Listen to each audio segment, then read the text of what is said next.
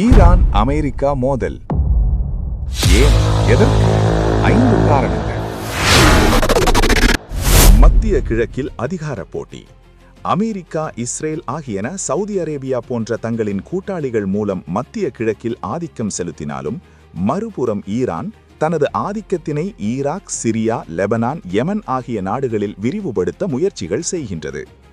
இரு நாடுகளும் ஒரே பிரதேசத்தில் ஆதிக்கம் செலுத்த முடியாது என்பதால் மத்திய கிழக்கை யார் செல்வாக்கு செலுத்துவது என்பதுவே இந்த மோதலின் தலையாய காரணம் எனலாம். ஈரானின் அணுத்திட்டம். ஈரான் தனது அணுத்திட்டம் மின்சாரம் உற்பத்திக்காக மட்டுமே என கூறுகிறது. இருந்தாலும் அமெரிக்கா அதனை ஏற்றுக்கொள்வதாக இல்லை. ஈரானின் அணுத்திட்டமானது அணு ஆயுதம் தயாரிக்கும் முயற்சியாகத்தான் இருக்கும் என சந்தேகமின்றி உறுதியாக கூறி வருகிறது. இது அமெரிக்காவின் உற்ற நட்பு நாடாக இருக்கும் இஸ்ரேலுக்கு ஆபத்தாக அமையலாம் என்ற அச்சுறுத்தலினை அமெரிக்கா தோற்றுவிக்கிறது. பொருளாதார தடைகள் மற்றும் மசக எண்ணெய் அரசியல். ஈரான் ஒரு முக்கியமான மசக எண்ணெய் உற்பத்தி நாடாக உலகளாவிய ரீதியில் தன்னை நிரூபித்திருப்பதனாலும், அமெரிக்காவினை தொடர்ந்து எதிர்த்து வருதல், மசக எண்ணெய் வர்த்தகத்தில் அமெரிக்கா டாலரின் பரிவர்த்தனையை இல்லாமல் செய்வதற்கான முயற்சிகளில் இறங்கியமையினாலும் அமெரிக்கா கடுமையான பொருளாதார நெருக்கடியினை ஈரான் மீது விதித்தது. அமெரிக்கா விதிக்கும் கடும் பொருளாதார தடைகள் ஈரானின் பொருளாதாரத்தை பாதிக்கின்றன. உலக எண்ணெய் விலை மற்றும் டொலர் ஆதிக்கம் இதில் முக்கிய பங்கு வகிக்கின்றன.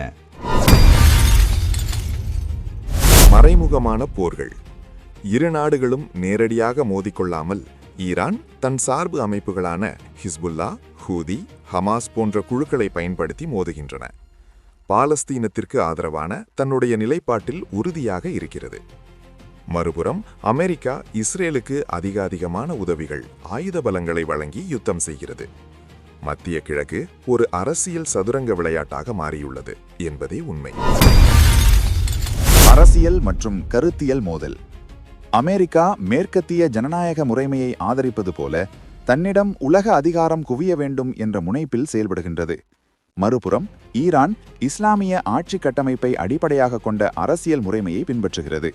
இரு சிந்தனைகளும் ஒன்றுக்கொன்று முற்றிலும் எதிரானவை என்பதும், அமெரிக்க ஏகாதிபத்திய சிந்தனைக்கு எதிராக ஈரான் செயற்படுவதும் முக்கிய மோதல் காரணியாக உள்ளது. இந்த பதிவு பிடிச்சிருந்தா லைக் அண்ட் சப்ஸ்கிரைப் பண்ணுங்க மக்களே.